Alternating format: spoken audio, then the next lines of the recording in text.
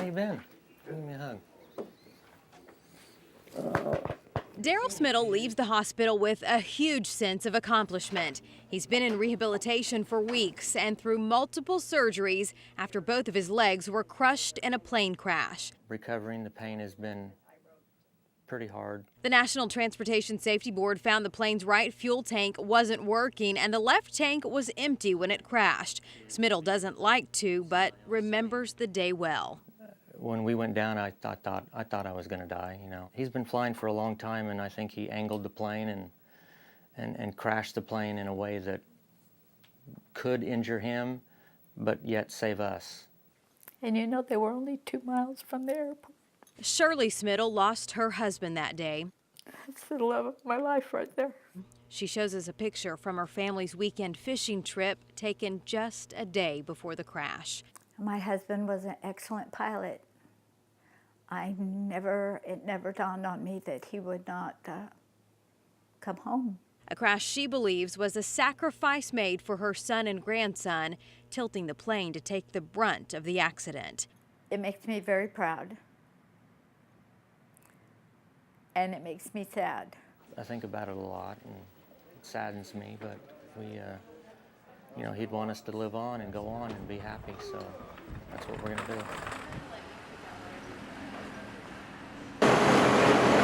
Once we got on the scene, we had thick black smoke actually coming out of the roof area. We've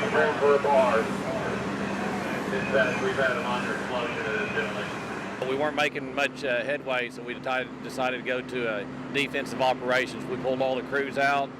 About 2 or 3 minutes later after we did that, we had a total roof collapse, which pushed smoke and fire completely across the other side of the street. One of the craziest fires I've ever seen in my life. It's huge. It's going, it's intense, and as it goes down all the way, so. Feel sorry for the fire department, because they have all that other stuff going on. All these crews had been out at this grass fire at one time or another during the day. We try and rotate our crews, keep them as fresh as we can, but you know, some of them are a little taxed from being out at the grass fires for all day, but it did not hamper any of our firefighting efforts today on this building fire.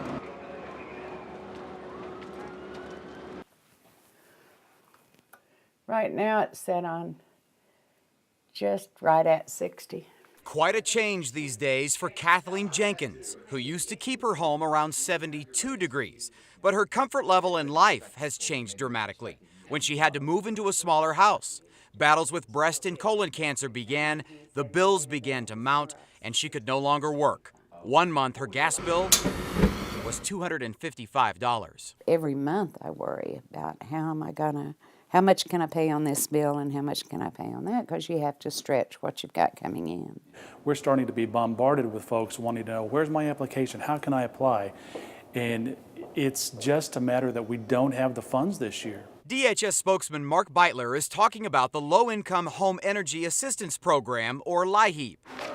This year's budget is only 1/3 of last year's, just $16 million to fund multiple programs. It's all tied to the federal budget or lack of a federal budget, so we can only spend what we know we have. If Congress approves a budget and LIHEAP receives more funding, DHS will consider applications for more households next winter. Because she's received DHS support before, Kathleen is getting LIHEAP help this winter, $55. She says every little bit helps, but wishes the federal government would help more people this winter. It's not about glory to the government, it's about survival for the elderly. It means a lot.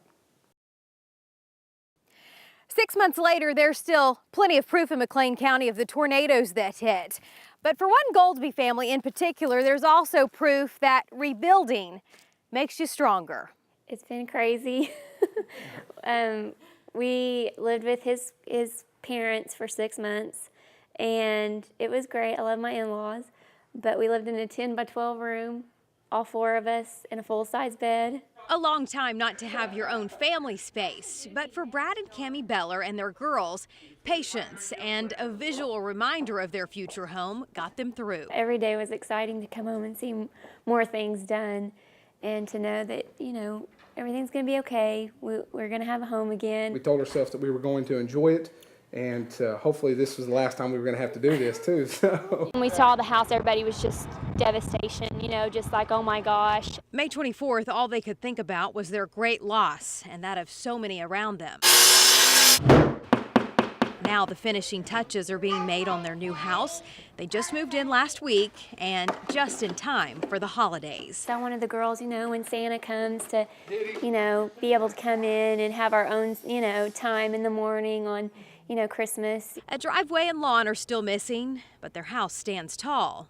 Just like the Bellers, now only stronger through it all. Through the house getting hit and through the process of building it, you realize how temporary everything is and how it's not going to be here forever. We're not going to be here forever, but the relationships and the people that helped and the friendships and everything that came through this are a lot more important than anything that a house can provide.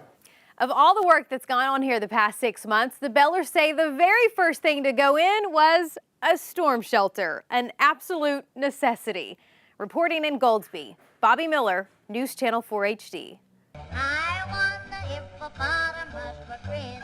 There are classic Christmas moments captured forever on tape, like Gayla Peavy Henderson appearing on The Ed Sullivan Show in the 1950s, singing I Want a Hippopotamus for Christmas. And Sunday, that song filled the air at the Oklahoma City Zoo, with Gayla singing right along. In our two-car garage, I'd feed him there and wash him there and give him his massage. To have a song that makes people so happy, it's a joy, and I love being here. Gayla is here to debut a new exhibition about her song and Matilda the Hippo.